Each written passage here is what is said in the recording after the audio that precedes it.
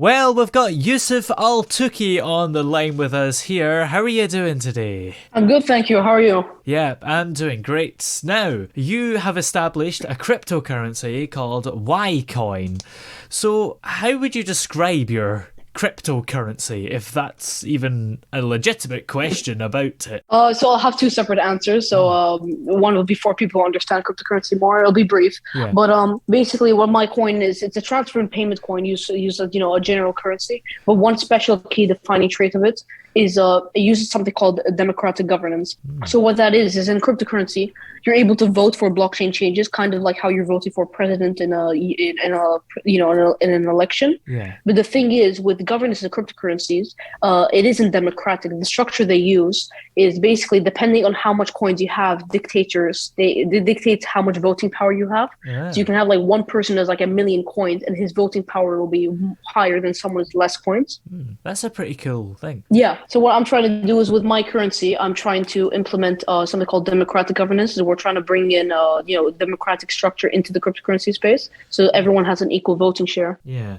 And what actually is a blockchain change then for somebody like me who knows absolutely nothing about cryptocurrencies and how they work? Okay, so a blockchain basically is a bunch of nodes which are like they process transactions, and a block is basically like a bunch of data which are like they're called hashes, and each hash is like a string of transaction, and a certain amount of transactions make a block, and in each block it can hold like it's depending on what currency can hold a certain amount of transactions in each block, and the blockchain is basically like an online decentralized structure for transferring coins in a cryptocurrency. So instead of like your typical servers where you just have one main server, and you let's say for PayPal, and that server handles payments and stuff, you have multiple computers spread around the world which are interconnected with each other to process payments. Yeah, that's certainly interesting. And there are so many cryptocurrencies that people have set up, aren't there?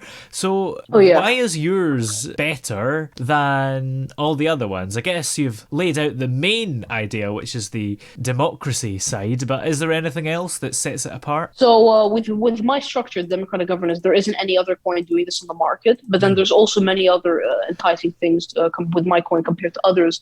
For instance, we have a wallet application coming soon called the Hub, and what the Hub will allow is something called easier transfers. And what that is in cryptocurrency, if some people will be familiar, is if you want to send someone coins, you have to copy and paste a long, complex transaction, your wallet number. So your wallet address. So basically, what that is, it'll be like 1DE blah blah blah. It's like a long numerical sequence, and you can't remember that. I mean, maybe some people can. But you have to copy and paste that. It's not customizable. What I'm doing is I'm doing usernames like Instagram or any other social media platform, and you're able to send coins between each other using usernames. Yeah, that's pretty cool. And why have you called it Y coin? Was it just a random letter? Yes, pretty much.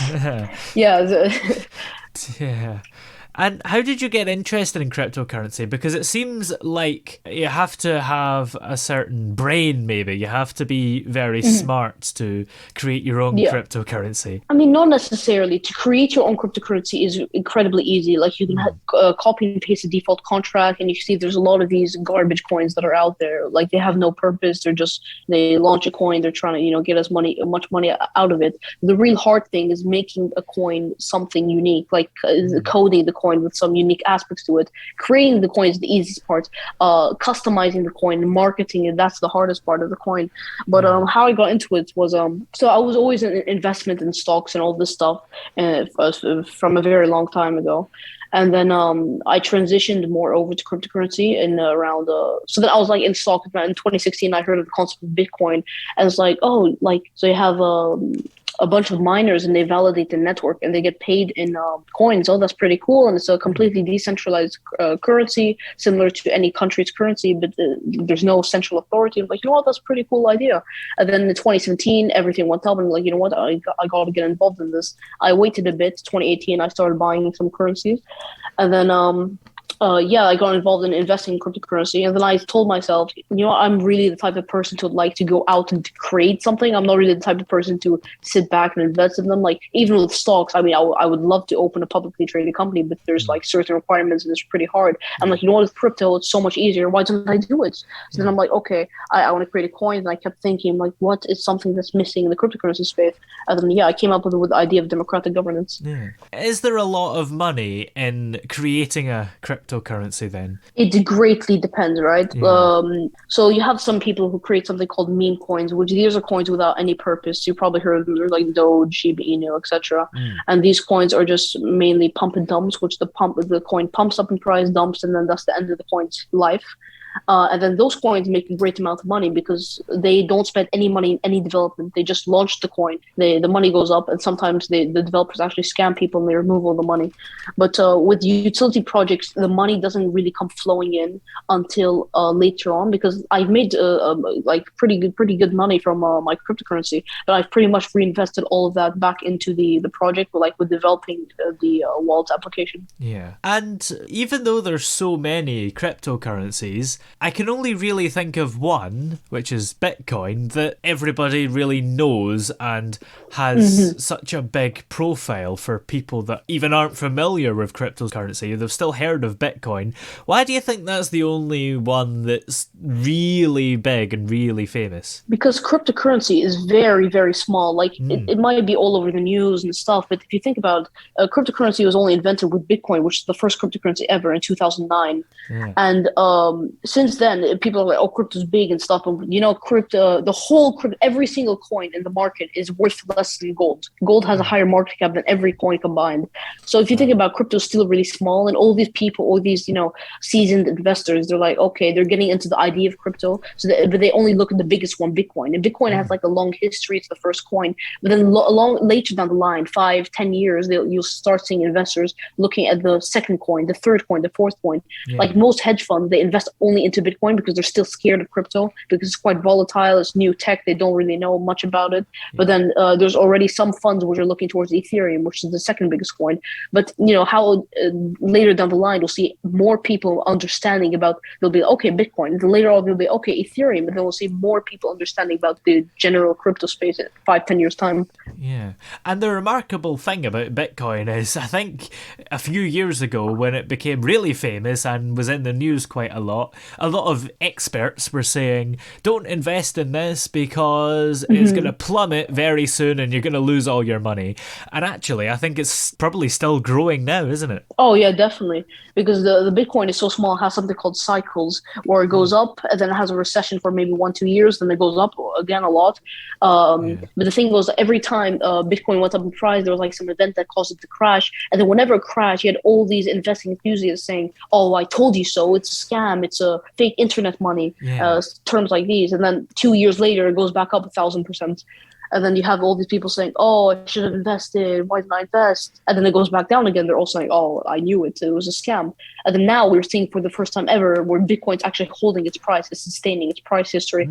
So yeah, it's kind of like a love-hate relationship. Yeah. And the times when it's recessed, is that kind of stuff that would happen to real, in inverted commas, currencies anyway, like during COVID and the financial crash? So the smaller the currency, the more affected it is by events. So because Bitcoin is way smaller compared to any other global currency, with first world countries, if an event happens like, I don't know, maybe a country bans Bitcoin, it would go down maybe 10-15%. Yeah. With big currencies like these, they go down. But the big misconception is they don't go down at all. But they do go down. With the COVID situation, we saw all the currencies absolutely collapse. You saw the S&P 500 stocks were the 500 biggest companies in America. They went down like 10%. It was a huge thing. So yeah, real currencies and cryptocurrencies are both subject to crashing. Yeah, absolutely.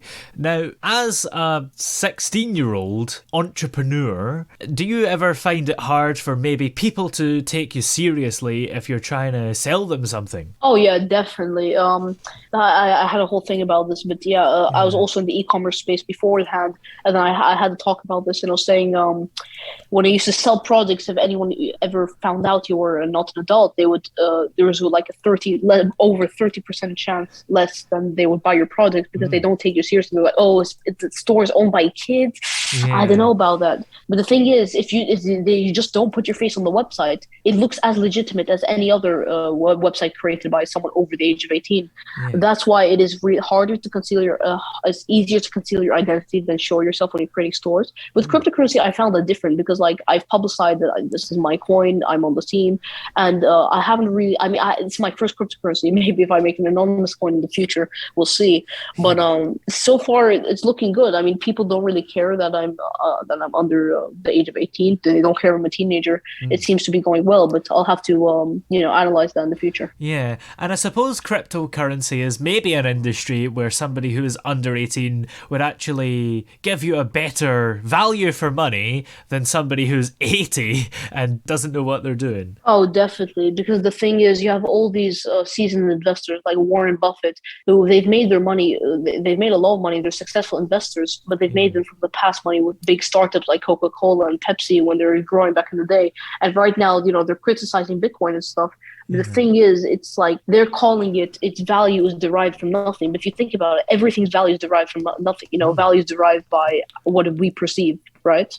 So that's how it is. And when you think about cryptocurrencies, even younger than me, like Bitcoin is invented in 2009. I was born in 2005. So younger people generally have a much better understanding of crypto because we were grown up and we saw it being developed. While older people, they're like, oh, this is just another little phase that's happening. Yeah, absolutely. Now, you've recently done a TED Talk as well, all about yourself, really, and working on this cryptocurrency. Was it quite exciting to do a TED Talk, or were you maybe a bit nervous, or a bit of both, really? It was amazing, but just before the TED Talk, I went in the preparation room. I had like some water, and then I saw the person in front of me doing their speech. I had the closing speech, and then when they announced my name, I was about to walk on stage. I was like, "Oh no, this is so nervous." And then when I walked on, but then when I started talking, I was like, "You know what? This is not so bad." But then towards the end, I'm like, "Oh, that was so fun," but I'm also glad it's over. Yeah, that's true. That's probably the same reaction people have maybe the first time they go on a roller coaster as well. That was so fun, but I'm glad it's over. Oh yeah, definitely. Yeah. And people laughed at your jokes as well, which must have put you at ease a bit. Oh yeah, definitely. When you see people are entertained by your talk, it's much better because you just have a room of silent people. You don't know because like it's a dark room. You can't really read their facial expressions. You can be like, oh, they either love it and they're focused, or they hate it and they find it boring. But then when they laugh, that's one thing that you can justify. Oh, they love it. They find it funny, etc. Which that was very good to hear. Yeah, and as long as they're laughing with you and not at you, then that's all that counts. Definitely, yeah. And did you write your own jokes as well? Oh yeah. So basically, before the talk, I wrote my own script. And then, but the thing is, when I walked on stage, like I memorized everything, but then when I walked on stage, most of my memory vanished, so I improvised quite a lot of it also. Wow. Yeah, I guess that happens. And how easy is it to actually apply to present a TED Talk? Because I did a quick search a few minutes ago, and I couldn't find out how you would actually go about wanting to do a talk. So basically, TEDx talks are like independently organized by like charitable organizations. So if you would have like a local TED council or like someone in your city that would organize these TED Talks, and you could find them, you could contact them. For me, they contacted me because I had a friend of mine that was doing a TED Talk. They knew about me, and they're like, oh yeah, he's a friend of mine. Then they emailed me, and they're like, would you like to participate? I'm like, oh yeah, I would love to. But if you would like to get involved in a TED Talk, you could try applying with them. Most of the time, there's only around 10 speakers every year, so it's hard to get a place. But if you ask them, then you might have a chance. But yeah, it'll be your local TEDx organizers. Yeah, that is pretty hard. And do they try and book more than 10 people? Because imagine if somebody didn't show up. That'd be a bit embarrassing for them, right? I'm not really sure, but possibly. I think they would definitely have people that could just get a last moment, because I mean, I'm sure they have a large waiting list, so yeah. Yeah, absolutely. Well, where can we check out your cryptocurrency and also find the TED Talk if we want to rewatch it? The TED Talk will be on YouTube. If you just search the challenges of young entrepreneurship. yeah, it would come up right away. Yeah. I hope so. Yeah. And with my cryptocurrency, if you just search a Y coin on Google, or if you're familiar with crypto, if you search on CoinGecko, then it'll pop up. Great. Well, thank you very much for joining us here on the show today. It's been great to chat to you. Thank you. Thank you for having me.